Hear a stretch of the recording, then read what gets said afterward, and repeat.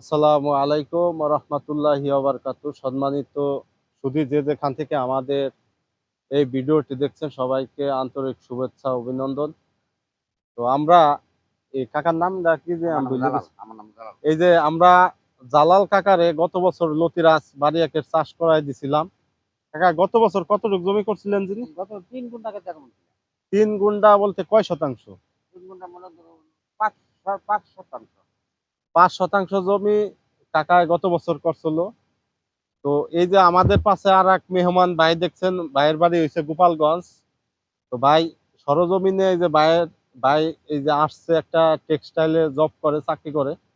তো এই জালাল কাকার জমিটা মানে সরজমিনে ভিজিট করার জন্য আসছে যে কি অবস্থা, তাই লতির প্রোডাকশন কেমন, লতিতে লাভজনক কেমন চাষে। তো এই সম্বন্ধে কিছু কথাবার্তা আমরাও মানে বলবো। এই যে কাকার কাছে, কাকার নিজের মুখে আমরাও শুনবো। এই যে ভাইও আসছে নিজে এই জমিটা ভিজিট করার জন্য। তো এই জালাল কাকা গত বছর 5 শতাংশ জমি থেকে এই বছর কয় শতাংশ করছেন? এবার করছি ২০%।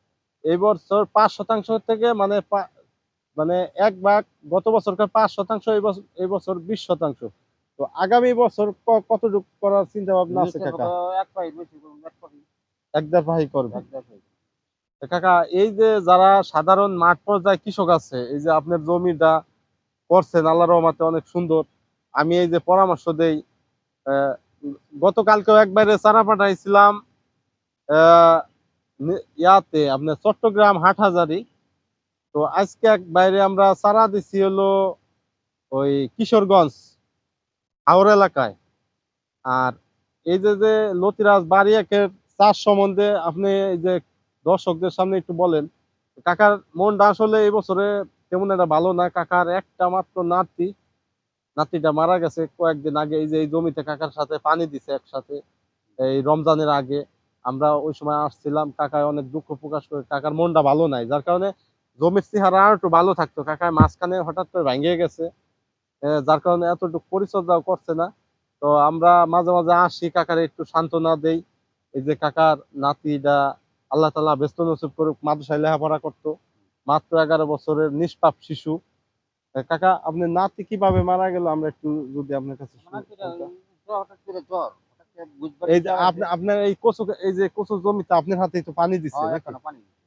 একসাথে মানে পানি দিচ্ছেন? হুম। পানি দিয়ে পরে কি হয়েছিল? হঠাৎ করে জ্বর। বুধবার দিন রাত্রে জ্বর আনছে।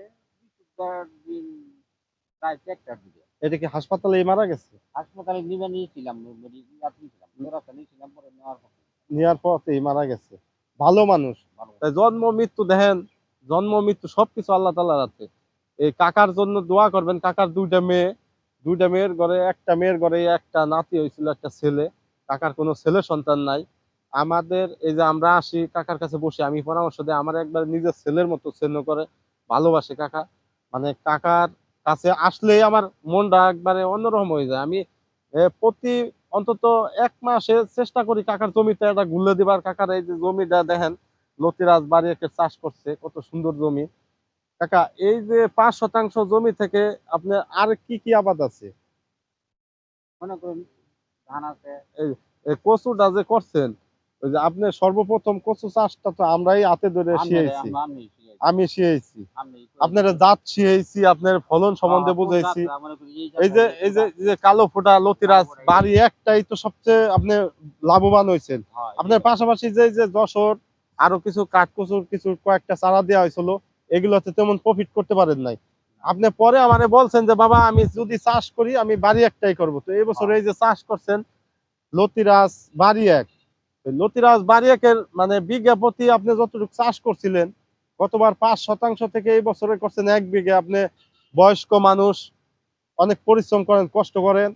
তো এই যে লতি চাষটা আপনার কাছে কিরকম লাগে? অনেকেই বলে যে এই যে লতি চাষ ভালো করলে খুব ভালো। এই গলা খাই যায়।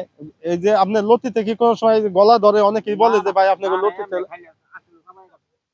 এই হ্যাঁ, যে সাবাই এখন যখন তো আমরা এই যে 20 বিঘা 30 বিঘা করে বাণিজ্যিক ভাবে প্রজেক্ট করি। এই জায়গায় কেউ কিন্তু আজ পর্যন্ত যত ব্যাপারীরা আছে আমাদের সরাসরি কারণ বাজারের আড়তের ব্যাপারীরা আমাদের লতিগুলো সংগ্রহ করে। তাই কেউ কিন্তু আজ আজ পর্যন্ত বলে নাই যে ভাই আপনাদের লতি গলায় গলায় ধরে ধরে। হ্যাঁ, কাঁচা খান যায়। তো এই যে কাকার কাছে শুনলেন, কাকা একজন বয়স্ক মানুষ। আচ্ছা কাকা, এই যে যারা নতুন লতি চাষে আসতে চায় তারা আসতে পারে কিনা? আসতে পারে মানে তারা আসলে তারা লাভবান হবে। আমি দেশে বসে ৫-৭ জায়গা থেকে আমি ৫০,০০০ ৪৫,০০০ টাকা বেশি। এবার আমি আরো মোটামুটি ৮-১০,০০০ টাকা আমার আয় বলছে। তো দুই এই দুই আপনি ৩ দিনে। মাত্র ২-২.৫ মাসের জমি, এই যে আপনারা দেখতেই পাচ্ছেন, এই যে কাকার এখানে ২০% জমি।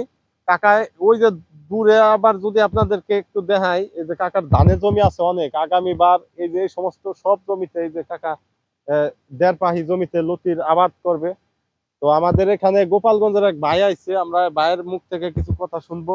আমরা একটু ভাইয়ের কাছে চলে যাই, আমরা লতিগুলো একটু দেখাই। ভাই আসেন, আসেন ভাই আসেন, দেখেন লতিগুলো একটু ইয়া করেন, ধরেন, একটু আমরা একটু দেখাই দর্শকদের উদ্দেশ্যে। ভাই আপনার গোপালগঞ্জে কোন জায়গা বাড়ি একটু বলেন তো? গোপালগঞ্জের কোটালীপাড়া। বসেন বসেন বসেন।